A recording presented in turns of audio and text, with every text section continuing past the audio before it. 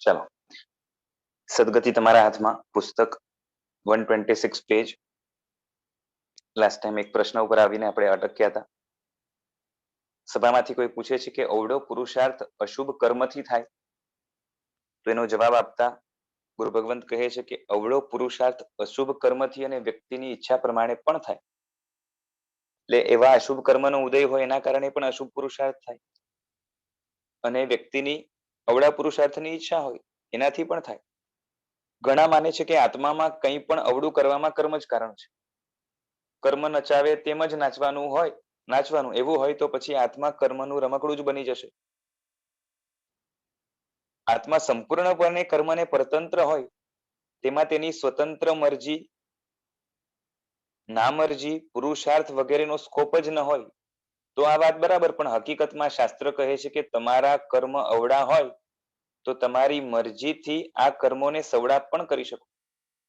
એટલે મરજી કે ઈચ્છા દ્વારા જે પુરુષાર્થ થાય એના દ્વારા અશુભ કર્મની અસરોને ઓછી કરી શકાય, અશુભ કર્મને શુભમાં કન્વર્ટ કરી શકાય, અને કર્મનો નાશ કરવો હોય તો પણ કરી શકાય. કર્મ સર્વે સર્વા બધે જ છે એવું નથી. નહીં તો કીધું ને કે આત્મા કર્મનું રમકડું બની જશે. બરાબર છે. આત્મા 100% સ્વતંત્ર નથી, 100% પરતંત્ર પણ નથી. અમુક કર્મો એવા પણ હોય કે જે છે ને, જેને આપણે રાઈટ નાઉ હમણાંની સ્થિતિમાં એને આપણે ઓવરપાવર ન કરી શકીએ અને એ આપણા ઉપર હાવી થઈ શકે. ભલે ને આપણી કેટલી પણ ઈચ્છા હોય કે એને એની અસરને આપણે ન લઈએ, પણ બધા જ કર્મોનું એવું હોતું નથી. અમુક કર્મને આપણે આપણી ઈચ્છાથી, પુરુષાર્થ દ્વારા ફેરવીને ફેવરમાં લઈ શકાય છે, અથવા એની અસરોને ઓછી પણ કરી શકાય છે. એટલે હમણાં એવું છે કે આપણે 100% સ્વતંત્ર પણ નથી કે આપણે ધારીએ બધું જ કરી શકીએ, અને કર્મનો જે છે જાણે પાવર જ નથી એવું પણ નથી. અને કર્મ જ સર્વે સર્વા છે એનાથી જ આપણે એકદમ જ દબાયેલા કે પરતંત્ર છે એવું પણ નથી. કોઈ પૂછે છે કે અવળા કર્મથી અવળો પુરુષાર્થ કર્યો હોય તેવા દ્રષ્ટાંત છે? કે કર્મના કારણે જે છે ને પુરુષાર્થ ઊંધો કર્યો હોય એવા દ્રષ્ટાંત? તો સાહેબજી કહે છે કે ગોસાડાના જીવે કેટલા અવળા કર્મો બાંધ્યા છે. જીવનના બધા ઘોર પાપો તેણે કર્યા છે, છતાં સદનસીબ કે અંતિમ સમયે ધર્મ મળ્યો. બાકી તો ઉપકારી ગુરુ તીર્થંકર શાસનના સ્થાપક પર પણ દ્વેષથી તેણે તેજોલેશિયા નાખી, પણ તેનું પુણ્ય તપતું હતું. તેનો અનુયાયી વર્ગ ઘણો મોટો છે, માટે તે સર્વજ્ઞ તરીકે વિચરે છે. બરાબર છે. એટલે અવળા કર્મનો સાથ મળ્યો. મોહનીય વગેરે અવળા કર્મ ત્યાં કામ પણ આવે છે, અને ઘણા બધા અવળા પુરુષાર્થ કર્યા. એટલે આવા તો આમ તો જે છે ને અવળા એટલે અવળા કર્મના કારણે અવળો પુરુષાર્થના તો જે છે ને જેટલા દ્રષ્ટાંતો જોઈએ એટલા મળી શકે છે. આખી દુનિયા એનાથી ભરેલી પડી છે. પણ આનું તો સદનસીબ કહો કે જે છે ને એવું પુણ્ય એને પુણ્યનો એવો સહકાર મળ્યો, અને સાથે પોતાની યોગ્યતા પણ ત્યારે થોડીક ખીલેલી હશે, અને એના કારણે શું થયું કે છેલ્લે એ શું કહેવાય કે ધર્મ પામી ગયું.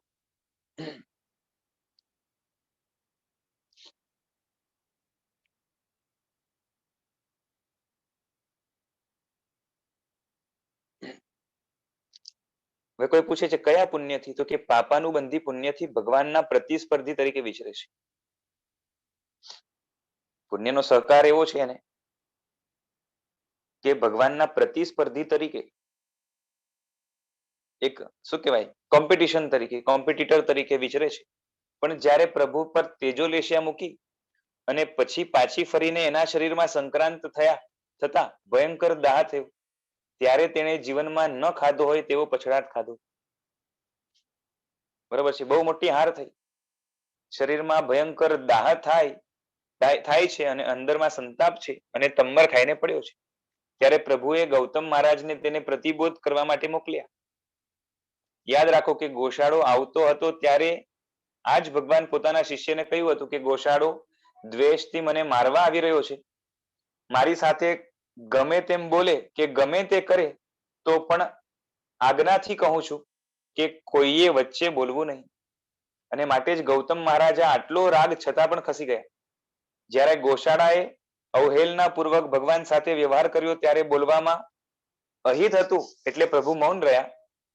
પણ હવે એ જ પ્રભુએ ગૌતમ મહારાજને કહ્યું કે તાકાત હોય એટલું કહો.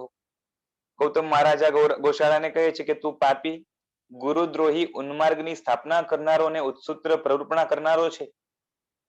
આ રીતે અનેક જે છે ને તિરસ્કાર સાથે શબ્દો કહ્યા, પણ તે બધા તે સમયે ગોશાળાને અમૃત તુલ્ય લાગ્યા છે. વિચાર કરે છે કે આ કહે છે તેના કરતા હું સવાયો છું. સવાયો એટલે વધારે પાપી છું. ભગવાનને તો એનું હિત જ કરવું હતું. કડવા વાક્યોથી હિત થાય એવું હોય તો તે કહે. વળી ગોશાળો હતો એટલે હતો તો બુદ્ધિશાળી, અને હવે હૃદય પલટાયું, મિથ્યાત્વ અવમીને સંકિત પામ્યો, પસ્તાવો થયો, પોતાના શિષ્યોને બોલાવીને કહ્યું કે પ્રભુ સાચા છે, હું ખોટો છું, મારું મળદું આ રીતે કાઢજો. બરાબર છે. લોકોની સામે નિંદા થાય એ રીતે મળદું કાઢવાની વાત કરી. તે વાતો જાણો તો થાય કે પશ્ચાતાપનો ભાવ કેટલો પ્રજ્વલિત હશે. અત્યારે 12મા દેવલોકમાં છે, પણ ત્યાંથી મરીને રાજા થશે. ત્યાં ભૂતકાળમાં બાંધેલું જે ઘોર અવળું કર્મ છે એ ઉદયમાં આવશે, કારણ કે તીર્થંકરની આસાધના કરીને આવ્યું છે. ત્યાર પછી તેની બુદ્ધિ ફરીથી બગડશે. એવી બગડશે કે ધર્માત્મા કે મહાત્મા જોઈએ એને ખરાબ કરવાનું મન થશે. એકવાર તે રાજા તરીકે રાજમાર્ગ ઉપરથી જશે ત્યારે કૌશક ધ્યાનમાં ઉભેલા મહાત્માને જોતા જ તેના ઉપર ગુસ્સો આવશે, એટલે પોતાનો રથ તેમના પર ચલાવશે. બરોબર છે. શું બગાડ્યું છે? પણ અવળું કર્મ ઉદયમાં આવે એટલે અશુભ ભાવો એને થવાના. બરાબર છે. કોઈ પૂછે છે કે બુદ્ધિ કર્માનુસારિણી નહીં, એટલે જેવા કર્મ કર્યા હોય એવી બુદ્ધિ, તો કે એકાંતે નહીં. આવા પ્રસંગોમાં બુદ્ધિ કર્માનુસારિણી પણ ખરી. બરોબર છે. જેવા કર્મ એવા પ્રકારની બુદ્ધિ ગોશાળાની થઈ અને એને જે છે ને પલટો ખાવાનું તો આવ્યું. સામાન્ય સંજોગોમાં બુદ્ધિ પ્રમાણે કર્મને ગોઠવાવું પડે. એવા પણ દાખલા છે કે બુદ્ધિ સુધરી એટલે બધા કર્મો બદલાવા લાગે. ગોશાળાએ એવું નિકાચિત કર્મ બાંધ્યું છે કે તેને હવે આવા કર્મો કરવાની જ ઈચ્છા થવાની. પણ હંમેશા બુદ્ધિ બગડે એટલે નિકાચિત અશુભ કર્મ ઉદયમાં જ હોય એવું નથી. બરાબર છે. કોઈ પૂછે છે કે 12મા દેવલોકમાં ગયો ત્યાં સુધી આ કર્મો ખપી ન ગયા?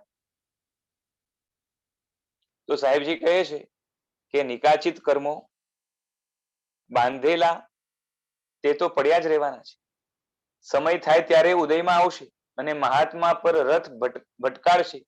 મહાત્મા તો શાંતિથી પાછા ઉભા થઈને ધૂળ ખંખેરીને ધ્યાનમાં જશે ને મગ્ન થઈ જશે. પેલો પાછું વળીને જોશે અને પાછો રથ ભટકાડશે. આવું 7 વાર કરશે. મહાત્મા પછી ઉપયોગ મૂકશે. મારા પૂર્વ ભાવનો દ્વેષી છે, આવો કોપ શા કારણે? ઉપયોગ મૂકશે અને જાણશે કે આ તો શાસન તીર્થંકર ધર્મની ઘોર આશાતના કરી આવેલો રૌદ્ર પરિણામી જીવ છે. તે હમણાં સુધરે તેમ નથી. માટે મહાત્મા વિચારશે કે હવે આને જીવાડવામાં સારું નથી, કારણ કે ઘણાનું નુકસાન કરશે. ઘણું જીવશે તો ઘણા ધર્મીઓને હેરાન જ કરશે. વળી આ મહાત્માનું તો સત હશે, તેથી બચી જશે. બરોબર છે. જેના પર આ રીતે રથ ફેરવ્યું એનું સત છે, બચી જશે. પણ બધાનું આવું સત એટલે સત્વ ન હોય એટલે એમના તો પરિણામો બગડે છે. માટે મહાત્મા વિચારશે કે આ જીવશે તો કેટલા ધર્માત્માને ધર્મ માર્ગથી ભ્રષ્ટ કરશે. માટે હવે આ ન જીવે તેમાં જ લાભ છે. મહાત્મા પાસે શક્તિ હશે, સીધી તેજોલેશિયા છોડી ભસ્મીસાત કરશે, સીધો મરીને નરકે જશે. આમ હવે કોઈ પૂછે છે કે આમ તેજોલેશિયા મૂકવાથી શું હિત થયું? તો સાહેબજી કહે છે કે અનેક ધર્માત્માઓને આના નિમિત્તે ધર્મ માર્ગથી જે છે ને એ જે ચ્યુત થઈ શકતા હતા, પડી શકતા હતા, ધર્મ માર્ગથી ભ્રષ્ટ થઈ શકતા હતા, એ નહીં થાય. આ એક લાભ થયો. વળી સુધરવાનો તો આ હતો જ નહીં. આ સુધરશે કે નહીં એવો ઉપયોગ મૂકીને જ મહાત્માએ આ કાર્ય કર્યું છે. એનું હિત તો થઈ શકે તેમ હતું જ નહીં. મહાત્માને ખબર છે કે ગમે તેટલો ઉપદેશ આપે તો પણ જરાય નહીં સુધરે, કારણ કે કર્મનો એવો ઉદય છે. ગાઢ નિકાચિત કર્મ ઉદયમાં આવે તો તીર્થંકરો જેવા તીર્થંકરો પણ પ્રયત્ન કરે ને તો પણ ફળ આવવાનો ચાન્સ જ નથી. અને તીર્થંકર માટે આવા પ્રયત્ન કરે જ નહીં. આ તો ખાલી કલ્પનાની વાત છે. તેથી જ્ઞાની પુરુષો મિથ્યા પ્રયત્ન કરે જ નહીં. માટે એક વાક્ય પણ હિતોપદેશ આપે નહીં. અમારે પણ ઉપદેશ આપવામાં લાભ દેખાય તો જ ઉપદેશ આપવાનો. માટે થોડા પણ લાયક જીવો હોય, 1 કે 2% જેટલી પણ અસર થાય એમ હોય તો અમે પણ ઉપદેશ આપીએ. શૂન્ય ફળ દેખાય તો ઉપદેશ આપવાની ભગવાનની આજ્ઞા નથી. અયોગ્યને ઉપદેશ આપવાથી નુકસાન જ થાય. હવે કોઈ પૂછે છે કે પ્રભુની પ્રથમ દેશના નિષ્ફળ ગઈ. પ્રભુ તો સફલારંભી હોય, નિષ્ફલારંભી હોય નહીં. જે પણ કરે સફળ થાય એવું તમે કહો છો. તો પેલી દેશના નિષ્ફળ ગઈ. તો સાહેબજી કહે છે કે તમે લોકો તેનો અર્થ સમજ્યા જ નથી. પ્રભુની દેશનામાં કરોડો દેવતા હાજર હતા, લાખો માનવો હાજર હતા. ભગવાનનું સમવસરણ કેવું, પ્રભુનું પુણ્ય કેવું. આ દેશનાથી ઘણા મોક્ષ માર્ગ પામ્યા છે, ઘણા બોધિ બીજ સંકિત પામ્યા છે. પણ પ્રભુની પ્રથમ દેશના શાસન સ્થાપવા માટે હોય છે એ અપેક્ષાએ નિષ્ફળ છે. અને શાસન સ્થપાય કોનાથી? ધોતિયાવાળાથી, શર્ટ પેન્ટ વાળાથી. શર્ટ પેન્ટ વાળાથી શાસન સ્થપાય કે સાધુ જોઈએ? પ્રભુ શાસનની પહેલવેલી પાયાની ઈંટ કોણ બને? ત્યાં પ્રભુની દેશના સાંભળી સર્વવૃત્તિના પરિણામ થાય. આખો સંસાર છોડી શાસનની સ્થાપનાનો આધાર સ્તંભ બને તેવા જીવો નહોતા. માટે દેશના નિષ્ફળ ગઈ. એટલે અમારી દેશનાનું સાચું ફળ શું? આ અપેક્ષાએ તમારા સંઘમાં ગમે તેટલા સાધુ મહારાજનું ચોમાસું સફળ કરાવ્યું. સફળતા નિષ્ફળતાની એ વિશેષ વ્યાખ્યા છે. આ અર્થમાં નિષ્ફળ ગઈ, મૂળથી નિષ્ફળ નથી ગઈ. એટલે પરમાત્માએ જે દેશના આપી એમાં સાવ નિષ્ફળતા જેવું નથી. પરંતુ પેલી દેશનામાં સફળતા રૂપે જે શાસનની સ્થાપના થવી જોઈએ એ પ્રકારના ગણધરો એમને મળ્યા નથી, ગણધરના જીવો. અને માટે એ અપેક્ષાએ નિષ્ફળ છે. સાવ નિષ્ફળ નથી. સાવ નિષ્ફળ હોય તો પરમાત્મા આવું કરે જ નહીં, દેશના આપે જ નહીં. પ્રથમ દેશનામાં પણ હજારો જીવો ધર્મ પામ્યા હશે, પણ શાસન સ્થાપવા માટે બરોબર છે સાધુ ધર્મ પાડે તેવા જીવ હાજર ન હતો. બરોબર છે. એમ તો છે ને કદાચ કોઈ સાધુ બનવું છે ને પામવા માટે પણ તૈયાર થાય તો પણ એ સાધુ સોંપે કોના? કારણ કે પોતે જવાબદારી ન લે. માટે આખા શાસનની જવાબદારી ઉપાડી શકે એવા સમર્થ ગણધરોના જીવોની જરૂર હોય, અને તે ત્યાં નહોતા. બરોબર છે. બાકી ઇન્દ્રો હાજર છે, તો ઇન્દ્રોને અપાયેલો ઉપદેશ કોઈ દિવસ નિષ્ફળ જવાનો છે? તો ન જાય. કોઈ પૂછે છે કે પ્રભુને તો ખબર જ હશે ને? તો કે હા, પણ પ્રભુનો આચાર છે એટલે દેશના આપી. બરોબર છે. માટે તો થોડી વાર દેશના આપીને પ્રભુ વિહાર કરી ગયા. હવે મૂળ વાત, બંધાતું કર્મ સતત પ્રવાહ રૂપે બંધાય છે અને સતત પ્રવાહ રૂપે ઉદય પણ ચાલુ છે. નવા નવા કર્મ બંધાય, જૂના જૂના કર્મનો જે છે ને ઉદય પણ ચાલુ હોય. આ રીતે ચાલ્યા કરે. કર્મની નાડ બંધમાંથી પકડવી પડે. એટલે જ્યારે કર્મ બંધાયો ત્યારે અધ્યવસાય શું હતા, ક્રિયા શું હતી એ પકડવું પડે. તે પકડવા શાસ્ત્રમાં સરસ ગણિત આપ્યું છે કે જીવ કેવા કર્મ બાંધે છે તે નક્કી કરવા કઈ ગતિ બાંધે છે તે જાણો. ગતિના બંધ ઉપરથી બાકીના કર્મનો જે છે ને એ હિસાબ લગાવવો સહેલો છે. માટે દરેક આત્માનો ગતિબંધ સમજવો જરૂરી છે, અને માટે જ ગતિ ઉપર ઘણો ભાર મૂક્યો છે. તે માટે કઈ ગતિના બંધ માટે કેવા પરિણામ આત્મામાં થવા જોઈએ તે નક્કી કરો. જીવનમાં કેવા ભાવ કરો તો કીડી મકોડાના ભાવમાં જવું પડે? તમે કાયમ માણસ રહેવાના છો તેવી ગેરંટી કોઈએ આપી છે? તો નથી. સાવચેત ન રહો તો જે છે ને કીડી મકોડાના ભાવમાં પણ જે છે ને જવું પડે. બરોબર છે. ત્યાં સલવાઈ જવું પડે. ત્યાં તમને ફાવે તેવું છે? તો કોઈ કહે છે કે અમને તો અહીં પણ નથી ફાવતું. તો સાહેબજી કહે છે તો પછી તમને ક્યાં મોકલીએ? તો કઈ કે છે કે જે છે ને દેવલોકમાં મોકલો. તો સાહેબજી કહે છે ત્યાં ફાવશે? શાસ્ત્રો ફરમાવે છે કે જે આત્મા પોતાના કર્મ કે વૃત્તિઓ સુધારે નહીં તે ક્યાંય પણ જાય સુખી થવાનું નથી. દેવલોકમાં પણ તમારા કરતા બીજા કોઈ દેવની વધારે રિદ્ધિ સંપત્તિ અપ્સરા સુંદર હોય, આ જુઓ તો પછી શું થાય? અંદરમાંથી બળ્યા કરો. વળી અહીં તો તમારો બંગલો નાનો છે અને પાડોશીનો બંગલો મોટો હોય તો ધીમે ધીમે મહેનત કરીને મોટો બનાવી શકો. ત્યાં તેવું બનવાનું જ નથી. માટે ઘણા દેવતાઓ બીજાની રૂપાળી અપ્સરા જુએ એટલે લઈ જાય. પછી રૂપાળી અપ્સરા કોને મળે? વધારે પુણ્યશાળીને જ. યુદ્ધ થાય, બધું થાય, ઝઘડો થાય. એટલે પેલો એને મારે પછી શું થાય? મળ્યું છે તે ગમે નહીં અને ગમ્યું છે તે મળે નહીં. ભવનપતિ વ્યંતરમાં તો રોજ ઝઘડા થયા જ છે, થાય જ છે. પણ પેલા બીજા દેવલોકમાં પણ આવા યુદ્ધો ખેલાય ને કરોડો દેવતાઓ બંને પક્ષે લડ્યા કરે, અને તે પણ હજારો વર્ષો સુધી. તો કોઈ પૂછે છે કે કયા હથિયારથી લડે? તો કે એમને જે હથિયાર મળ્યા હોય તેનાથી લડે. અહીં કરતા ત્યાં હથિયાર જોરદાર હોય છે, માર પણ વધારે પડે, વળી કોઈ સમયે તો લડાઈ એવી ચાલે કે અશાતા ઉલ્કાપાતથી બીજા દેવતાઓ તંગ આવી જાય, કંટાળી જાય, સારા દેવતાઓ તંગ આવી જાય, પછી શાંત પાડવા છેલ્લે તીર્થંકર ભગવંતોના શરીરના જે હાડકા દાંત વગેરે દેવલોકમાં કાયમ ખાતે હોય છે, ઇન્દ્રો પણ તેને પૂજતા હોય છે, તેની અત્યંત પવિત્ર પૂતગલ તરીકે ત્યાં ભક્તિ કરતા હોય છે, ઉપાસના કરતા હોય છે. આ બધાનું નવણ જલ બધા લડતા દેવો એના ઉપર છાંટે એટલે શાંત થઈ જાય, બરોબર છે. એટલે આ રીતે યુદ્ધ ચાલે. કોઈ પૂછે છે કે અહીં શાંત પાડવાના આવા રસ્તા ખરા? અહીંયા પણ યુદ્ધો ઘણા થાય છે. તો સાહેબજી કહે છે કે અહીં શાંત પાડવાના આવા રસ્તા ચોથા આરામાં હોય. આજે પણ દેવને વશ કરી બોલાવો તો આ રસ્તો છે, પણ તમારે શાંત પડવું હોય તો પડો ને. શાંત પાડવાનો ઉપાય નથી તેવું નથી. ચારેય ગતિમાં જીવ જ્યાં સુધી અંદરથી ઉકળે છે ત્યાં સુધી ગમે ત્યાં જાય અશાંતિ દુઃખ જ રહેવાનું. આગળ સાહેબ કહે છે કે મૂળ વાત એ કે હલકી ગતિઓમાં ન જવું હોય તો કેવા ભાવ થાય તો ત્યાં જવું પડે તે જાણવા જેવું ખરું ને. વળી અત્યારે જ સાવધાન થવાની જરૂર છે. માટે દરેક ગતિના બંધના કારણો વિચારો. હું નીચેથી તળિયેથી લઉં છું.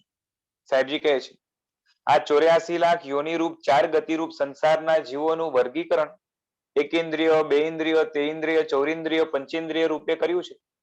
સૌ પ્રથમ એકેન્દ્રિય યોગ્ય ગતિ કેવા ભાવોથી બંધાય ત્યાં ન જવું હોય તો કેવા કેવા ભાવો છોડવા તે શરૂ કરું છું. તમે તમારી જાત સાથે ટેલી કરજો. એકેન્દ્રિય ગતિ યોગ્ય બંધ હશે તો મોટું જોખમ છે. શાસ્ત્ર કહે છે કે અપેક્ષાએ નરક કરતા પણ એકેન્દ્રિય ખરાબ છે. નરકમાં લાંબો સમય રહેવાનું નથી. વળી નારકો મરીને નારક પણ થતા નથી. બહાર આવવાના ચાન્સીસ ઘણા છે. જ્યારે 84 લાખ જીવાયોનીમાં મોટામાં મોટું ગોડાઉન હોય તો એકેન્દ્રિય છે. સૌથી વધારે જીવો એકેન્દ્રિયમાં પડ્યા છે, કેટલા તો અનંત કાળથી પડેલા છે. બધી ગતિમાં રહેવાનો સમય મર્યાદિત નિયત છે. પુનઃ પુનઃ જન્મ લઈ સ્થિતિ સાયકલ રૂપે રહેવાની પણ જે છે ને નક્કી છે. એકેન્દ્રિયમાં અનંત્ય ઉત્સર્પિણી અવસર્પિણી સુધી પડ્યા રહો તો વાંધો નથી. મોટો ભયજનક અખાડો છે. તેમાં પણ 5 પ્રકાર, બરાબર છે. અને તેમાં સૂક્ષ્મ બાદર ત્યાં ગયા એટલી વાર પછી મૂળની જેમ જીવો મરો. લોકો કચ્ચર ઘાણની જેમ તમને કચ્ચરતા ચાલ્યા જાય. તમારા ઘરોમાં એકેન્દ્રિય સંપૂર્ણ અનાજ છે ને, બરોબર છે. એનો કોઈ નાથ ખરો? એનો રક્ષક કોઈ ખરું? ગમે તે રીતે મારે, કાપે, રાંધે, મસાલા ભરે, પછાડે, કોઈ ખબર અંતર એને પૂછવા વાળું કોઈ નહીં. રોજ કેટલા જીવો મર્યા તેની નોંધ લેવા પણ કોઈ તૈયાર છે ખરું? માણસો મરી જાય ને તો એની નોંધ લેવાય કે આટલા માણસો મર્યા, પણ આમની કોઈ ગણતરી લેવા માટે પણ તૈયાર નથી. એ ભવમાં ગયા પછી તમારી હાલત શું? નરક કરતા જોખમી ભવ એકેન્દ્રિયનો છે. તમે ફૂલ જોઈને હરખાતા હો, પણ તમે જશો તો ખબર પડશે ત્યાં તમને જોઈને બીજા હરખાશે, પણ તમારી હાલત બહુ કફોડી હશે. માટે આ ગતિબંધના ભાવો જાણો, પછી થશે કે તેના પડછાયા લેવા જેવા નથી. માટે એકેન્દ્રિય બંધના કારણો જેટલા છે તે બધાને વોસીરાવી દેવા જોઈએ. સચરાચર સૃષ્ટિમાં મોસ્ટ અંડર ડેવલપ, અત્યંત અવિકસિત અને તેમાં સૌથી વધારે સૂક્ષ્મ બાદર નિગોત, પછી સૂક્ષ્મ પ્રત્યેક જીવ, પ્રત્યેક બાદર જીવો, તેમાં ક્રમશઃ ડેવલપ એટલે વિકસિત જીવો પણ. ટૂંકમાં આંધળા, મૂંગા, બહેરા, લૂલા, લંગડા જીવો એનું નામ એકેન્દ્રિય જીવ. એક ચામડી હોય બાકી કશું નહીં. મનુષ્ય આવા હોય તો તેનો ભવ જે છે ને કેવો લાગે, જીવન કેવું લાગે? એકેન્દ્રિયને જન્મથી આંખ, મોં, કાન, નાક કોઈ ઇન્દ્રિય નહીં. તમને ખાલી હાથ ઠૂઠો થાય ને તો આખી જિંદગી શું થાય? આ સંસારમાં એક નાની ખોડખાપણ હોય પછી બીજું ગમે તેટલું રૂપ રંગ હોશિયારી હોય ને, બરોબર છે, પણ પાત્ર કેવું મળે? એક પણ ખોડખાપણ હોય તો જે છે ને સામેવાળાને જે છે ને એ ગમે નહીં અને કોમ્પ્રોમાઇઝ કરવાનું આવે. એકેન્દ્રિયમાં જનારા વધારે અને ત્યાંથી બહાર આવનારા પણ વધારે. મહાસાગર પણ નાનો પડે. એકેન્દ્રિય જીવો એક બાજુ અને બીજા બધા જ જીવો એક બીજી બાજુ. અત્યારે તમોને એકેન્દ્રિય યોગ્ય ગતિબંધના ભાવો વધારે છે, માટે બધાના ભાવો બતાવવા છે. તે સમજાશે પછી કઈ ગતિનો બંધ પડી રહ્યો છે તે ખબર પડશે અને પછી જ તેમાંથી છૂટવાનો યોગ્ય પુરુષાર્થ થશે. આગળના વ્યાખ્યાનની અંદર સાહેબજી કહે છે કે અનંત ઉપકારી અનંત જ્ઞાની શ્રી તીર્થંકર પરમાત્મા જગતના જીવ માત્રને કર્મના બંધની પ્રક્રિયાનો સમ્યક પ્રબોધ કરાવવા ધર્મતીર્થની સ્થાપના કરે છે. કર્મ અને આત્માનો સંબંધ શાશ્વત નથી, પરંતુ નિમિત્તવશ છે. છતાં કર્મનું કર્તૃત્વ આત્મામાં જ છે. એટલે કર્મ લાગે છે આત્માને, તેને વાતાવરણમાંથી ખેંચે છે કોણ? આત્મા પોતે. અને સંલગ્નતા રૂપે બંધ પણ આત્મા પોતે જ કરે છે. વર્ગીકરણ પણ આત્મા પોતે જ કરે છે, બીજું કોઈ કરવા આવ્યું નથી. વિભાજન પણ પોતે જ કરે છે. તમારો જ આત્મા સ્વયં વાતાવરણમાંથી કર્મ વર્ગણાના રજકણોને ગ્રહણ કરે છે અને તેનું આત્મા પોતાની સાથે સંયોજન પણ પોતે જ કરે છે. સંયોજન કરતી વખતે પણ વર્ગીકરણ જે છે એ પણ પોતે જ કરે છે. આજ્ઞાના વર્ણ્ય, આદર્શના વર્ણ્ય વગેરે. જ્ઞાનાવર્ણીય કર્મ આત્માની જ્ઞાન શક્તિને કુંઠિત કરે છે. અશાતા વેદનીય કર્મના કારણે આત્મા દુઃખ કે સંતાપ પામે છે. અંતરાય કર્મ એ કાર્યમાં અંતરાય કરશે અને ઉચ્ચ સમૃદ્ધિ અપાવનારા કર્મો પણ જે છે ને લાગશે. આત્મા પર બધું તે સમયે જ કર્મના રજકરણોનું વર્ગીકરણ પણ થાય જ છે. પણ આ બધું આત્મા પોતે જ કરે છે, છતાં પણ ઓટોમેટિક જ થાય છે. બરોબર છે? એટલે શું કે પ્લાનિંગ નથી થતી, ત્યાં ઈચ્છા કે ઈરાદાપૂર્વક નથી થતું, પરંતુ જેવા ભાવો છે એ પ્રમાણે થાય છે. પણ એ ભાવો કરનાર કોણ? તો કે આત્મા પોતે. કોઈ બીજું આવીને કરતું નથી. પણ ખૂબી એ છે કે આત્માથી આ બધું સમજી વિચારીને નથી થતું, ઈરાદાથી ગોઠવણ નથી થતી, એની જાતે જ થાય છે. પણ તમારી જ શક્તિ, તમારા જ પુરુષાર્થથી થાય છે. પુરુષાર્થ બે પ્રકારના હોય. એક હોય ઈરાદાપૂર્વકનો પુરુષાર્થ, જેની અંદર સમજી વિચારી સંકલ્પપૂર્વક ઈરાદાપૂર્વક કરાતો પુરુષાર્થ. દાખલા તરીકે તમારે ઘરે જવું છે તો સંકલ્પ કરશો, પછી જ પગ ઉભા જે છે ને ઉભા થશે ને, મનમાં પહેલા ઈરાદો કે ઈચ્છા થઈ અને પછી જ પુરુષાર્થ કરો છો. બરોબર છે? તમારે બોલવું હોય ત્યારે જ જે છે ને મોં બોલે છે, મશીનની જેમ જે છે ને થોડું થાય છે. વળી જે બોલવું હોય તે જ બોલાય છે. અને બીજો પુરુષાર્થ કેવો છે કે જેની અંદર સમજ ઈરાદા વગરનો પુરુષાર્થ, જેમાં સમજ કે ઈરાદો કે સંકલ્પ નથી. દાખલા તરીકે ખોરાક ખાધો, બરોબર છે, એના પછી ઈચ્છા રાખો કે પછી જાય, ઈચ્છાની જરૂર નથી, ઓટોમેટિક અંદર કામ ચાલે. પરંતુ એવી ઈચ્છા માત્રથી કામ નથી થતું. અંદરનું તંત્ર જે રીતે ચાલતું હશે એ રીતે ચાલશે. આપણી ઈચ્છા બરોબર હજમ થાય એવી હોય, પણ અંદરનું તંત્ર બરાબર નહીં હોય તો હજમ નહીં થાય. છતાં પણ હાર્ટ, પાચન શક્તિ વગેરેનો સંચાલક તો કોણ છે? પાછું આત્મા છે. ઈચ્છા પોતાની તેમાં સીધે સીધી ભળી નથી, છતાં પણ પુરુષાર્થ કે શક્તિ આત્માની જ લાગે છે. એટલે આત્મશક્તિથી પુરુષાર્થથી જ થાય છે, છતાં તમારા ઈરાદા કે ઈચ્છાથી થતું નથી. ત્યાં તમારી ઈચ્છાનો કોઈ કંટ્રોલ નથી, નિયંત્રણ નથી.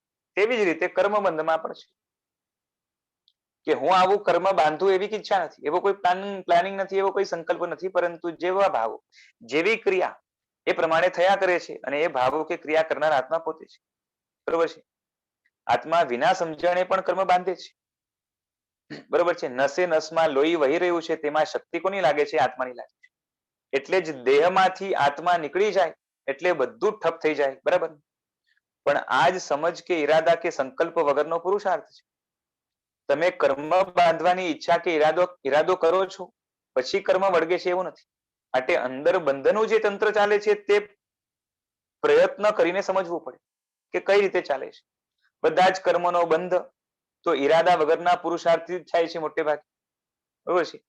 તમે ક્રિયા, પાપ પ્રવૃત્તિ, પુણ્ય પ્રવૃત્તિ બધું જ ઈરાદાપૂર્વક કરી શકો. એક આપણો સામાન્ય ઈરાદો હોય કે મારે પુણ્ય બાંધવું છે, પણ એક્ઝેક્ટલી કયો કર્મ કેટલા અંશમાં લાગે એ બધું જે છે ને આપણે આપણા કંટ્રોલમાં હોતું નથી, કેટલી પણ ઈચ્છા કરી. દાખલા તરીકે અત્યારે ઈચ્છા થાય કે મારે સત્કાર્ય કે દુષ્કાર્ય કરવા છે, તો તે તમે ઈચ્છા કે ઈરાદાપૂર્વક કરી શકો. બરોબર છે? પ્રવૃત્તિ ભાવોમાં મરજી ના મરજી ચાલે, પણ પછી તેનાથી બંધાતા કર્મોમાં મરજી કે ના મરજી ન ચાલે. તે તો ભાવ પ્રમાણે બંધાતા જ જાય. તમે માત્ર ભાવ કે પ્રવૃત્તિ કરવામાં જ સ્વતંત્ર છો. અશુભ ભાવ કરવા તેમાં તમે સ્વતંત્ર છો. શુભ ભાવ કરવા એમાં પણ સ્વતંત્ર છો. તમારા મનના તમે માલિક છો, એટલે ભાવ કરવામાં ઈચ્છા મરજીપૂર્વક સ્વતંત્ર છો. પણ તે થયા પછી તે કારણે બંધાતા કર્મમાં તેમાં થતું વર્ગીકરણ વગેરેમાં તમે સ્વતંત્ર નથી. ખાવામાં સ્વતંત્ર ખરા, પણ ખાધા પછી તમે સ્વતંત્ર છો ખરા? કઈ રીતે પચશે? તેમાં તો હોજરી જેવી હશે એ પ્રમાણે જ કામ કરશે.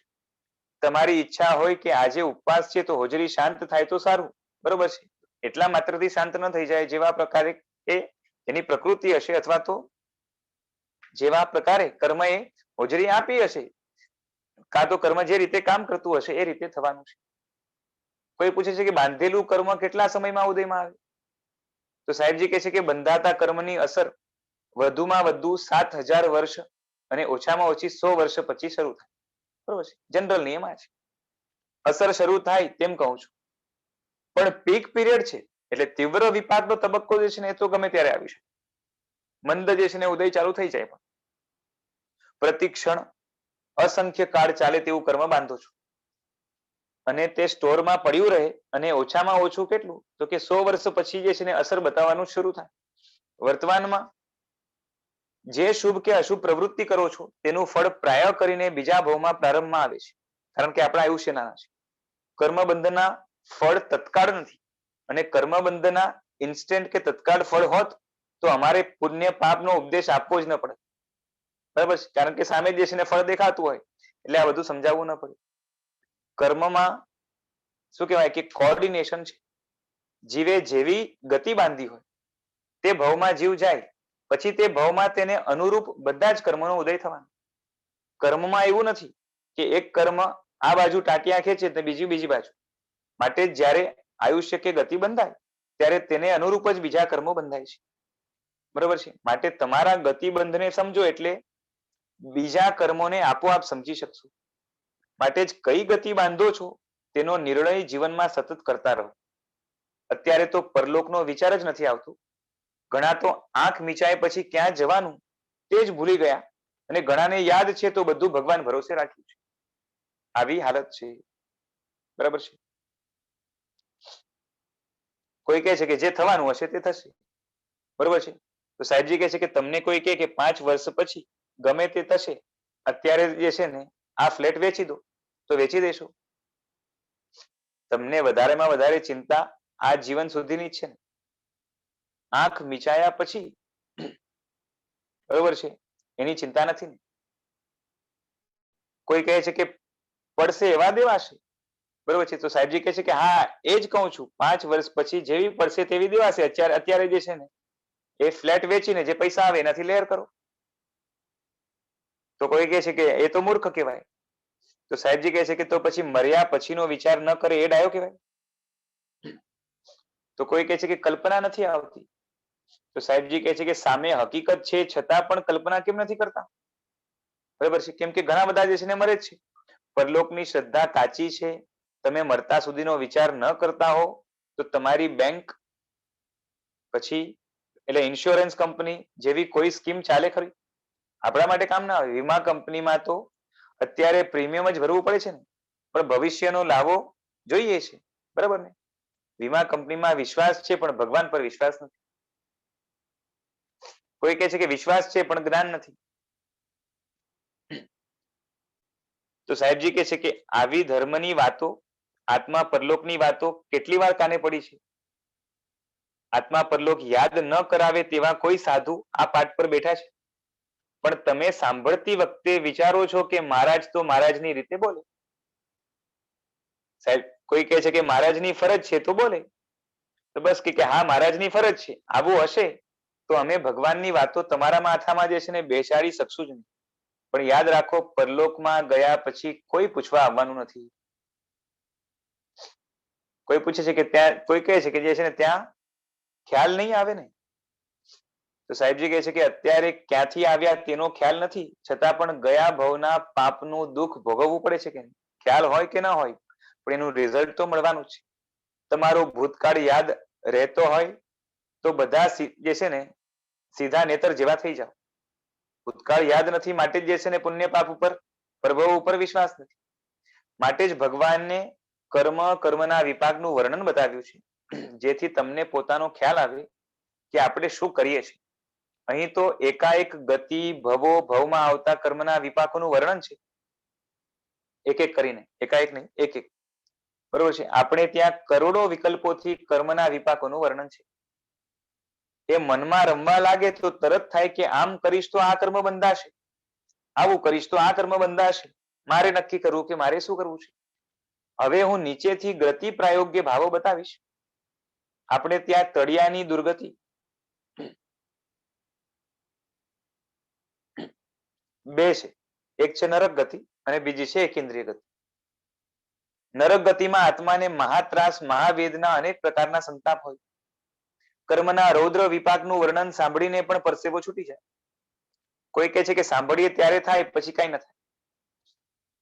તો સાહેબજી કહે છે કે પણ તમને કોઈ સારો ડોક્ટર અમુક રોગનું વર્ણન કરે કે તે રોગમાં આવી તકલીફ, દર્દીના આવા બૂમ બરાડા, તેની ટ્રીટમેન્ટ પણ તકલીફ વાળી હોય, ત્યારે ગભરામણ થાય. પણ તે ગભરામણ કેવી હોય?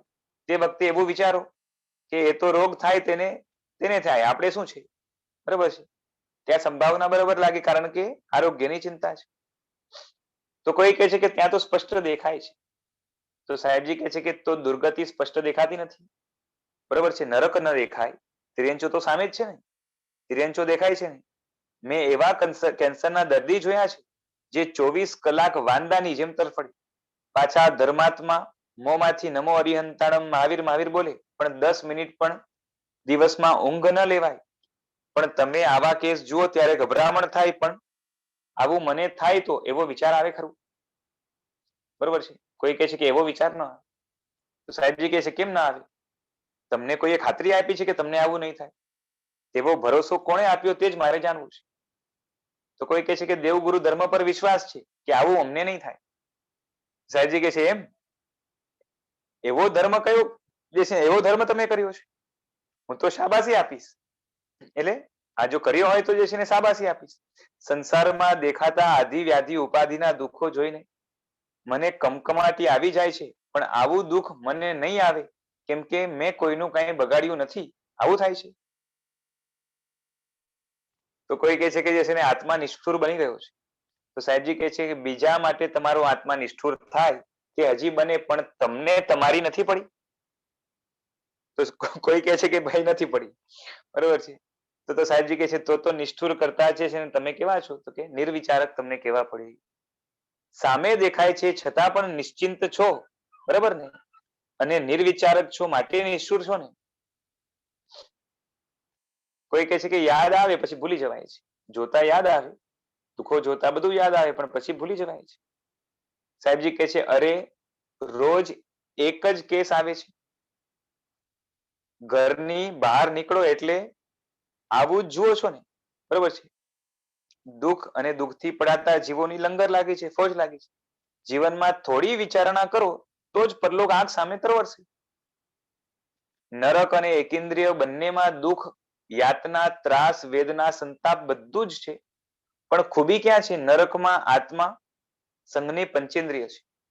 મન, શરીર, જ્ઞાન, બુદ્ધિ, સમજ બધું વિકસિત છે.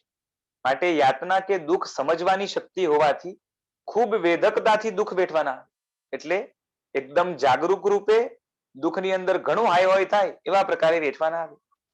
જેટલી સંવેદન શક્તિ તીવ્ર હોય એટલું દુઃખ તીવ્ર લાગે. બરાબર છે. સરખું દુઃખ હોવા છતાં પણ સંવેદન શક્તિ જો તીવ્ર હોય તો દુઃખ વધારે લાગશે. 84 લાખ જીવાયોનીમાં દુઃખની તીવ્રતા, સતેજતા સૌથી વધારે ક્યાં છે? નરક.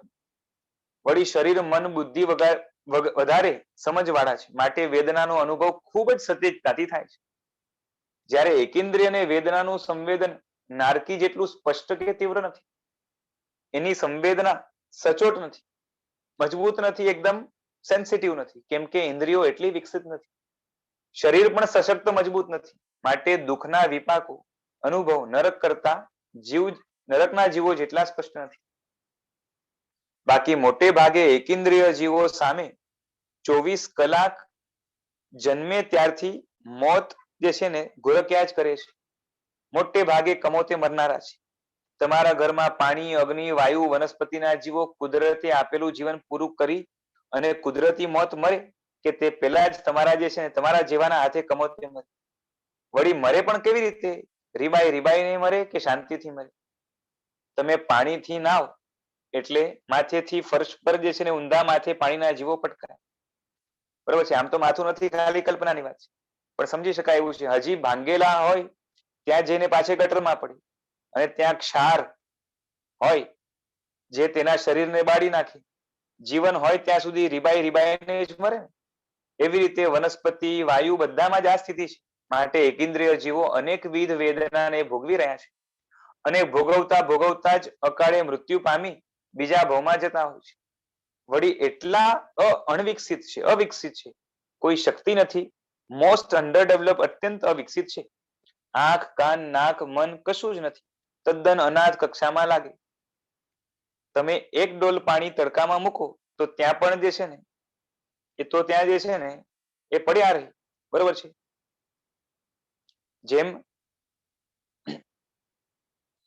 જેમ રાખો તેમ રહે, તેનું કોઈ ધણી ધોરી ખરું? હવે તમને આ બહુ પસંદ કરવા લાયક લાગે છે?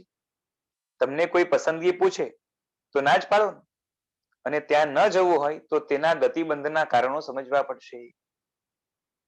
નરક અને એકેન્દ્રિય તો હલકી દુર્ગતિના ભવ છે. અશુભ ભાવ વાળા માટે જ છે. એટલે જેને અશુભ ભાવ છે એના માટે આ બે જે છે ને સ્થાન ફિક્સ છે. શુભ કે ઉચ્ચ પરિણામ વાળા જીવ માટે આ ભવ નથી. પણ તેમાં બે ભાગ છે. કઈ ક્વોલિટીની અશુભ ભાવ વાળી નરક ગતિ બંધાય, કઈ ક્વોલિટીના અશુભ ભાવથી જે છે એટલે કઈ ક્વોલિટીના અશુભ ભાવથી નરક ગતિ બંધાય, અને કઈ ક્વોલિટીના અશુભ ભાવથી એકેન્દ્રિય ગતિ બંધાય. આ જગતમાં જેટલા પાપો થાય છે તે બધાનો પ્રતિક્રમણમાં જે છે ને બોલો છો તે 18 પાપક સ્થાનકમાં સમાવેશ થાય છે. એ 18 ને તમે પાપ તો માનો જ છો ને. બરોબર છે. વૃક્ષ ઉનાળામાં તપે, શિયાળામાં ઠરે, તમારા જેવા પાંદડા વગેરે તોડે તો સામનો કરી શકે? સામનો તો દૂર, બિચારો ત્યાંથી ખસી પણ ન શકે. ઝાડ પર તાપ પડતો હોય, બાજુમાં છાંયડો હોય, પણ ત્યાં જઈ શકે ખરું? આ સંસારની એવી કોઈ પાપ પ્રવૃત્તિ નથી કે જે 18 પાપ સ્થાનકમાં સમાવેશ ન પામે. જગતના તમામ પાપોનો મહાપુરુષોએ આ 18 પાપ સ્થાનકની અંદર સંગ્રહ કરી લીધો છે. આની અંદર બધા જ પાપો આવી જાય. અત્યારે તમે આ 18 પાપોમાંથી મુક્ત છો ખરા? અરે જીવનમાંથી એકાદ પાપ પણ રદ બાતલ કર્યું છે કે 18 ચાલુ જ છે? આ બધામાં નરક, તિર્યંચ, એકેન્દ્રિય ગતિ બંધાવવાની તાકાત છે. પણ તિર્યંચ, એકેન્દ્રિય કે નરક માટે આ પાપ કેવા ભાવ વિશેષથી કરો છો તે જોવાનું આવે. કોઈ પણ પાપ અતિશય રૌદ્રતાથી, નિર્ધ્વંસતાથી, તીવ્ર ક્રૂરતાથી, દાવપેચના ભાવથી, આમ કહીએ તો પ્લાનિંગ પૂર્વક નાની પણ પાપ પ્રવૃત્તિ જો કરો તો નરક ગતિના બંધ અવશ્ય કરાવશે. કોઈ પણ પાપ પ્રવૃત્તિ કરતા ગાડો આપો, ગુસ્સે થાવ, હાસી મજાક મશ્કરી કરો, ટેસ્ટથી વાનગી ખાઓ, મોટરમાં એસીમાં બેઠા હો, ઘરાક સાથે ઉઠા ભણાવો, ભાગીદાર સાથે દાવપેચ કરો, એમ કોઈ પણ પ્રવૃત્તિ, મારવાની, હાસ્ય મજાકની, ચોરીની, તમામ પાપ પ્રવૃત્તિમાં નરક ગતિ માટે કેવા અધ્યવસાય હોય છે? નરક ગતિ બાંધનાર જીવ એની શું વિશેષતાઓ છે? 18 પાપ સ્થાનકમાં એવું પાપ એક પણ નથી જે નરક, તિર્યંચ ગતિ ન બંધાય. પરંતુ સ્થિતિ શું છે? અમુક ભાવથી કરો તો નરક ગતિ બંધાય. બરોબર છે. હસતા હોય પણ બીજાને આંખોને આંખો જે છે ને વિંધી નાખવાનો, ખેદાન મેદાન જે છે ને કરવાનો ભાવ હોય. તમારા રાજકારણીઓના હાસ્યમાં પણ ક્રૂરતા કેટલી હોય છે, કાતિલતા કેટલી હોય છે. નાના પણ પાપમાં ઉગ્રતા કે કાતિલતા, હૃદયની અત્યંત નિર્ધ્વંસતા કરતા હોય. દાખલા તરીકે કચોરી ખાય સમજો, અને કહે કે જે છે ને કે ખાઈએ તો શું વાંધો, ટેસ્ટથી ખાતા હોય અને પછી કહે કે આમ જ કરવાનું. દિઠાઈ હોય તો બની શકે કે નરક ગતિ બંધે, રૌદ્રતા વગેરે આવે. બરોબર છે. મમતાના બે પ્રકાર છે. કોઈને છેતરો, જૂઠું બોલો તો માયા પ્રપંચ કહેવાય. ઘણી નાની સરખી બાબતમાં માયા, તેમાં તેવી તીવ્રતા ન હોય. જ્યારે ઘણીવાર પોતાના લાભ ખાતર સામેવાળો આખો પાયમાલ થઈ જતો હોય તેવી વૃત્તિ હોય. આવી ઉગ્રતા વાળા જીવોને નરક ગતિ બંધાય છે. તમારી કેપિટલ પર તમને મમતા તો છે જ ને, એટલે તેને કોઈ નુકસાન કરે તો ગુસ્સો, દુઃખ, આઘાત થવાનું છે. આ મમતાથી 24 કલાક તો પાપ બંધાય જ છે, પણ મમતા એવી હોય કે કોઈ નાનું પણ નુકસાન કરે તો કેટલી હદ સુધી સજા કરવાનું મન થાય. દાખલા તરીકે ચંપલના ચોરને પણ મારી નાખવા સુધીના ભાવના કે વૃત્તિ હોય તો ક્રૂરતા કેટલી કહેવાય. કોઈ કહે છે કે આનાથી વિરોધી ભાવ થતા હોય તો સાહેબજી કહે છે કે ઘણું સારું, પણ બોલવું સહેલું છે. 5-25 રૂપિયાની વસ્તુ લઈ જાય તો જવા દો, પણ કિંમતી વસ્તુ કોઈ લઈ જાય તો સગો ભાઈ હોય અને પૈસા લઈ ગયો હોય પણ તો પણ ભાવો કેવા થાય છે. અવસર તો ક્યારેક જ આવે, પણ ઉગ્ર ભાવો તો પડ્યા જ છે અંદરમાં, બરોબર ને? એટલે ત્યારથી જ નરક ગતિ બંધાય છે. નરક ગતિ માટેના પાપના ભાવ તીવ્રતા વાળા કે સતેજ હોય. એકેન્દ્ર યોગ્ય ગતિ બંધાય જે છે ને બાંધતો હોય ત્યારે પાપમાં એક નિર્વિચારકતા હોય છે, મૂળતા હોય છે. માટે તેનું જ તે કર્મ પણ નિર્વિચારક બનીને કરતા હોય તો એકેન્દ્રિય પ્રાયોગ્ય ગતિ બંધાય. બંનેમાં ફરક છે.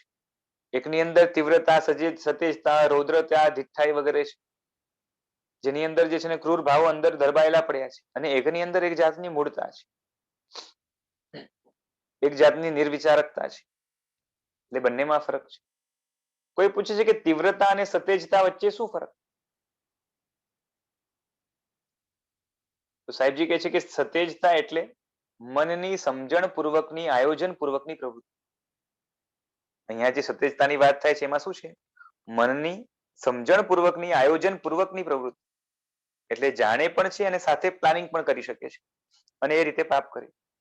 ઘણા જાણી બુજીને આયોજન સાથે, ઈરાદાપૂર્વક, સંકલ્પ વિકલ્પ સાથે પાપ કરે. ત્યારે પાપમાં સતેજતા પૂરી હોય. દાખલા તરીકે કોઈનો વિશ્વાસઘાત કરવાનો છે સમજો, તો મીઠું મીઠું બોલીને પેલા તેને વિશ્વાસમાં લે, અંદરમાં શું હોય પણ, અને જેવો ભરોસો એ વ્યક્તિ મૂકે તરત ડબ્બામાં પૂરવાનો. તે વખતે સામે વાળો કેટલો હેરાન થશે તેની ચિંતા નહીં ને, મનમાં સતેજતા કેટલી, બરાબર છે? એકદમ જ એલર્ટ થઈને બરાબર જે છે ને પ્લાનિંગ પૂર્વક પાપ કરે. કોઈ પૂછે છે એટલે પાપ કરવું અને પછી વખાણવું તેવું જ ને? તો સાહેબ કહે છે કે ના ના, એ વાત નથી. આવા પાપ તો તમે ઘણીવાર જિંદગીભર જે છે ને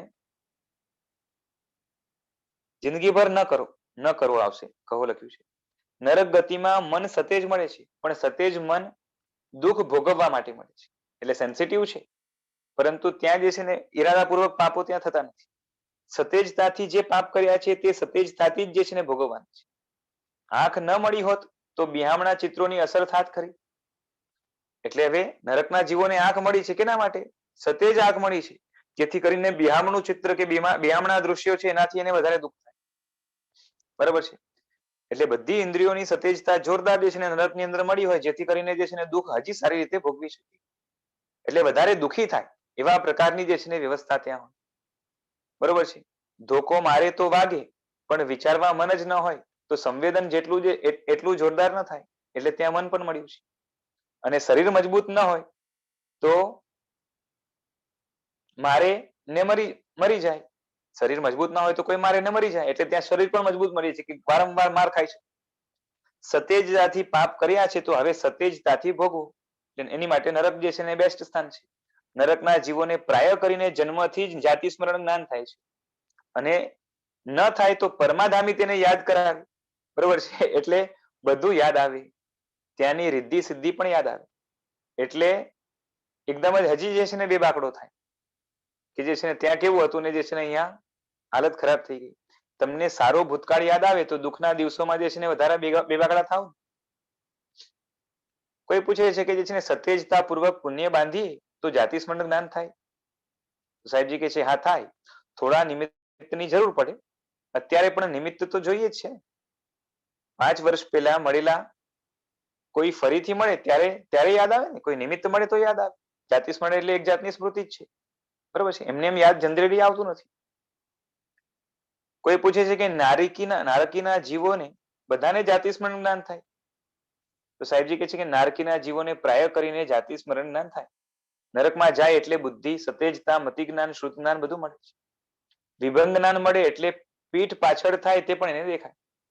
નારકીના જીવોને ક્યારેક યોજન દૂર શું થાય છે તે પણ જ્ઞાન હોય, પણ જ્ઞાનથી ઉલટી ઉપાધિ એને વધે.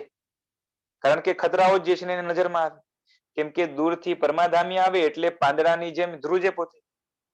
આવે ત્યારે જ ખબર પડતી હોય.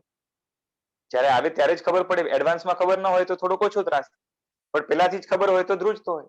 એટલે જ્ઞાન કે શક્તિ બધું જ એના માટે જે છે ને ત્રાસનું કારણ બને છે. આ બધું હોય તો જ વધારે રીબાય ને. હવે કોઈ પૂછે છે કે પરમાધામીની શી ગતિ થાય? તો સાહેબજી કહે છે કે એની ગતિની જે છે ને ચિંતા તમે શું કામ કરો છો?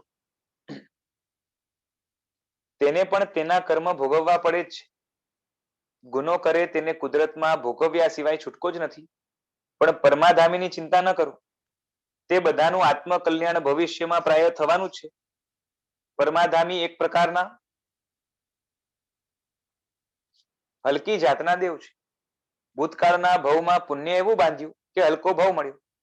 અમુક યોનિમાં થોડી ટીખળ વૃત્તિ, અવળચંડાઈ, ત્રાસ આપવામાં જે છે ને રમવું જ પડે તેવો સ્વભાવ હોય છે. આવા સ્વભાવ વાળા ઘણા હોય છે. ઘણાને કોક શાંતિથી બેઠું હોય ને તો ચેન ન પડે. સ્વભાવ જ એવો હોય કે ઘણા બીજાને જે છે ને લપસીને પડતા જુએ તો ખુશ થાય. ઘણા પશુઓને જે છે ને ઘણા પશુઓ એવા હોય કે સામે જે છે ને ઘણા માણસો એવા હોય કે પશુઓને સામે લડાવીને ખુશ થાય. પરમાધામી આવા સ્વભાવ વાળા હોય છે. માટે દેવલોકના ભોગ સુખો છોડીને નરકમાં જાય. છતાં શાસ્ત્ર કહે છે કે તેઓ ભવી છે. શું છે? ભવ્ય છે. નરકના જીવોને ભૂતકાળનો પાપ યાદ ન આવતા હોય તો જાતિ સ્મરણ જ્ઞાન જે છે ને એને કરાવે, એટલે યાદ કરાવે. દૂરથી જ્ઞાન થતું હોય તેવી બુદ્ધિ કે જ્ઞાન સતેજ હોય. માટે પીડાને વેધકતાથી અનુભવ થાય નરકની અંદર. નારકીના જીવોમાં ઇન્દ્રિયો અને મનની સંવેદન શક્તિ પૂરી વિકસિત હોય છે. ત્રાસનો પૂરેપૂરો જે છે ને અનુભવ થાય. એકેન્દ્રિયમાં સતેજતા જ નથી. માટે જળ ભરતની જેમ દુઃખો ભોગવે છે. બરાબર છે. કોણ મારે છે, શું મારે છે, કઈ ખબર નથી. બરાબર છે. થોડું થોડું દુઃખ અનુભવાય. ચેતના છે એટલે દુઃખ સંતાપ તો થવાના, પણ નરકની જેમ જેટલી સતેજતા છે, જેટલી સેન્સિટિવિટી છે, બરોબર છે, એટલી ત્યાં નથી. કોન્શિયસનેસ એટલું નથી. નરકમાં સતેજતા વધુ એટલે સંવેદન વધારે સ્પષ્ટ થાય. જ્યારે એકેન્દ્રિયમાં સતેજતા ઓછી છે, બરોબર છે, વધુ નથી, એટલે સંવેદન પણ સ્પષ્ટ ન થાય. હવે કોઈ કહે છે કે નારક કરતા એકેન્દ્રિય સારા. તો સાહેબજી કહે છે કે છતાં પણ એકેન્દ્રિયનો ભવ નારક કરતા કઈ ગણો જોખમી છે. નરકમાં એકવાર ગયા પછી ઝટ ઊંચા આવી શકો. એકેન્દ્રિયમાંથી બહાર ક્યારે નીકળાય ખબર નહીં. વળી નારક મરી અને બીજા ભવમાં નરકમાં ન જાય. એકેન્દ્રિયમાં તો એકવાર ગયા પછી અસંખ્ય અનંતા ભવની સાયકલ ચાલે. ત્યાં જ ફરવું પડે. ગોડાઉનની જેમ પડ્યા જ રહે. માટે વધારે જોખમી છે. ત્યાં ગયા પછી સંસારના તળિયે બેઠા જ રહો. સરેરાશ માંડો એટલે એવરેજ માંડો તો એકેન્દ્રિયમાં ગયા તેના અનંતમાંથી એક બહાર નીકળે. બરોબર છે. આમ નરક એકેન્દ્રિય બંને હલકી દુર્ગતિઓ છે. એકેન્દ્રિયમાં પણ નિગોદમાં તો એક શરીરમાં અનંતા જીવો ભરાય. જીવનમાં પાપ કરતી વખતે જડ ભરત બનો, એકદમ મૂળ બનો તો એકેન્દ્રિય પ્રાયોગ્ય ગતિ બંધાય. અને સતેજતાથી જાણી બુજીને ઈરાદાપૂર્વક પાપ કરો તો નરક ગતિ બંધાય. માનો કે તમારા 5 લાખ કોઈ ઉપાડી જાય તો એના માટે શું કરવાનો ભાવ આવે? તો કોઈ કહે છે કે ફાંસી આપવાનું મન થાય. તો સાહેબજી કહે છે કે તમને તો 5 લાખ ગયા, પણ બીજું તો અહીં જ રહ્યું છે ને. છતાં પણ સાફ કરવાનો વિચાર આવે તો તમે કેટલાને જે છે ને સાફ કરો છો? હવે ન્યાય તોડવો હોય તો તમારે શું કરવું જોઈએ? તમે શું માનો? બીજાને હું ગમે તે કરું તો વાંધો નહીં. તમારા હાથે રોજ કેટલા મરે છે? આપણા હાથે જે છે ને રોજ કેટલા જીવોનો જે છે ને ઘાત થાય છે. બરાબર છે. કોઈ કહે છે કે ભાવથી નથી મરતા. અમારા એવા ભાવ નથી. તો સાહેબજી કહે છે કે ભાવથી નથી મરતા એવું કોણે કહ્યું? ભાવ તો પડ્યો જ છે ને. ન મારો તો ચાલે એવું છે, છતાં પણ જે છે ને કેમ મારો છો? તો કોઈ કહે છે કે હૈયું બળતું હોય. તો કે હૈયું બળતું હોય તો ઈચ્છા રાજી ખુશી નથી. પણ મારવાનો ભાવ તો છે જ ને. અંદર કદાચ હૈયું બળતું હોય ત્યારે જે છે ને ઈચ્છા કે રાજી ખુશીથી ન મારવું, પણ મારવાનો ભાવ કે તૈયારી તો છે. દાખલા તરીકે એક માને નાનો દીકરો છે અને માને જે છે ને શું કહેવાય કે માને કહો કે લ્યો આ છરી અને દીકરાની આંગળી કાપી આપો, બરોબર છે, તો કાપી આપશે. પણ ભીંડા કાપવામાં વાંધો નહીં આવે ને, કેમ? પારકા છે માટે. તો કોઈ કહે છે કે મારવાના ભાવ નથી, તો સાહેબજી કહે છે કે તો ભાવ વિના પણ આંગળી કપાતી હશે? ભાવ વિના પણ જે છે ને માં આંગળી કાપતી હશે? હવે એવું બને કે જંગલમાં રાત્રે સાપ કરડ્યો, તે વખતે કોઈએ ચપ્પુ આપીને જે છે ને કહે કે પહેલા આંગળી કાપી નાખ, નહીતર ઝેર આખા શરીરમાં પ્રસરી જશે, માટે આંગળી કાપી નાખ. તો પણ ના પાડશો અને કહેશું તું કાપી લે. એક બાજુ આંગળી ન કાપે તો મરવાનું છે, છતાં પોતાની આંગળી કાપી જે છે ને પોતાની આંગળી કાપી શકતા નથી અને બીજાને આખે આખા કાપી શકે છતાં દાવો કરે કે જે છે ને મારવાનો ભાવ નથી. સમજાય છે? સાપ કરડ્યો છે, ઝેર અંદર વ્યાપી ન જાય માટે આંગળી કાપવી જરૂરી છે, છતાં પણ જે છે ને ત્યાં જે છે ને ધ્રુવ છે કે ના ના કેવી રીતે કપાય. પછી જબરદસ્તી કાપવી પડે, મન મનાવીને કાપવી પડે, પણ ત્યાં પણ જે છે ને અંદરમાં રંજો કરે કે મારું જે છે ને નુકસાન થયું. જ્યારે આખે આખા કોઈને કાપી નાખી, કોઈને બાફી નાખીએ, કોઈને રાંધી નાખીએ, કોઈને છોલી નાખીએ, ત્યાં જે છે ને કઈ ન થાય. અથવા તો આપણે કરી શકીએ તો એમાં જે છે ને એમ તો કહી શકાય નહીં કે મારવાનો ભાવ નથી. શાસ્ત્ર ફરમાવે છે કે જે પોતાના જરાક દુઃખ માટે પણ બીજાને દુઃખ આપી શકે અને કહે કે ભાવ નથી, તે તો આત્મવંચના છે, પોતાને ઠગે છે. જાત કરતા બીજા માટે કાટલા જુદા હોય તો તે ભાવ નથી એમ કેમ કહેવાય? હવે કોઈ કહે છે કે જૈન દર્શન કરતા અન્ય દર્શનનો કર્મવાદ કઈ રીતે જુદો છે? કે આપણે અહીંયા કર્મની જે રીતે બતાવ્યું છે વ્યવસ્થા, ઉપર જરાક સુખ માટે બીજાને દુઃખ આપી શકે કે દુઃખ જ પકડ? શાસ્ત્ર ફરમાવે છે વાળી જે લાઈન આપણે લીધી, હા, પોતાના જરાક સુખ માટે બીજાને દુઃખ આપી શકે કે દુઃખ માટે જ બીજાને દુઃખ? બેનો અર્થ એક જ છે. એટલે શું થયું કે મને જરાક ભૂખ લાગી છે એટલે મારું દુઃખ થયું એના માટે, એટલે આમ સુખ માટે કહું, દુઃખના નિવારણ માટે એમ. હા, એ રીતે. હવે કોઈ પૂછે છે કે જૈન દર્શન કરતા અન્ય દર્શનનો જે છે ને કર્મવાદ કઈ રીતે જુદો છે? તો સાહેબજી કીધું કે ગતિનો કન્સેપ્ટ બીજા કર્મોનું કેવી રીતે કોમ્બિનેશન થાય તેનો આખો ચાર્ટ બનાવી વિશ્લેષણ આપનાર માત્ર જૈન દર્શન છે. વળી એક ગતિમાં પણ કેટલાય વિકલ્પો છે. એકેન્દ્રીયમાં પણ પુણ્યશાળી હશે તો સુગંધી સશક્ત દેહ, અને તે નહીં હોય તો દુર્ગંધી અશક્ત દેહ. ઘણા ઝાડ હરિયાળી ભૂમિમાં જન્મે એટલે પાણી પીવાની ચિંતા નહીં. ઘણા રણમાં જ જન્મે, ઝાડમાં પણ બંનેનું નસીબ જ છે ને. ઘણા ઝાડ જે છે ને બંગલામાં ઉગ્યા હોય, માલિક કાળજી રાખતો હોય. વળી શું કહેવાય કે સિચ્યુએશન, સ્થળ પણ એવું હોય, લોકેશન, કે ઉનાળામાં જે છે ને શેકાય નહીં એવી જગ્યાએ એને રાખ્યો, શિયાળામાં પણ જે છે ને ઠંડી ના લાગે. તે આ સિચ્યુએશન પસંદગીથી નથી મળી, બરોબર છે, નસીબ છે, કર્મ છે. તે બધા વિકલ્પો ગતિબંધ સાથે સંકળાયેલા છે. એકેન્દ્રીય ગતિ બંધાતા થોડા આવા શુભ ભાવ હોય અને ઘણા અશુભ પરિણામ હોય, બરોબર છે. એટલે શુભના કારણે એ છે ને અમુક અનુકૂળતાઓ મળે, પણ પાછું જે છે ને મૂળતાના કારણે બંધાય શું, અશુભતાના કારણે પણ બંધાય શું, તો કે એકેન્દ્રિય પણ. આ ચોમાસામાં અમુક ઘાસ એવી જગ્યાએ ઉગશે જેના પર 24 કલાક જે છે ને પગ પડશે, અને કોઈક જગ્યાએ ઘાસ કેવા હશે તો ખૂણામાં ઉગશે, બરોબર છે. એને જે છે ને આ રીતે કઈ નહીં થાય. માટે એકેન્દ્રીય ગતિ બાંધનારમાં આવું પુણ્ય પ્રાપ્ત હોય તો આવું બને.